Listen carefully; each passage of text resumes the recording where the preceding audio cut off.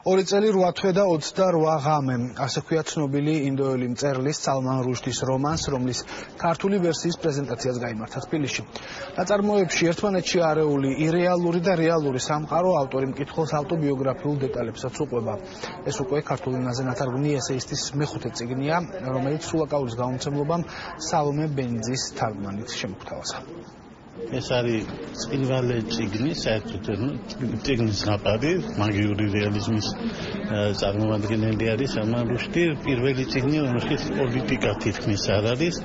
სამაგიეროდ არის საუბარი იმაზე, რომ შუა საუკუნეებში დაწყებული კამათი მეცნიერებასა და რელიგიას შორის ავეროეს, ანუ იბნ რუშდსა და ალ-ღაზალის შორის დღესაც მიმდინარეობს. ობიექტურად სალმან რუშდი გახლავთ ერთ-ერთი ყველაზე დიდი მწერალი თანამედროვეობის და მთელი მსოფლიოს მასშტაბით არის ცნობილი. მიხარია, რომ ბოლო წლებში უკვე ქართულად ითარგმნება მისი წიგნები და ჩემთვის ნამდვილად ძალიან დიდი პატივია ვიყო რუშდის მთარგმნელი.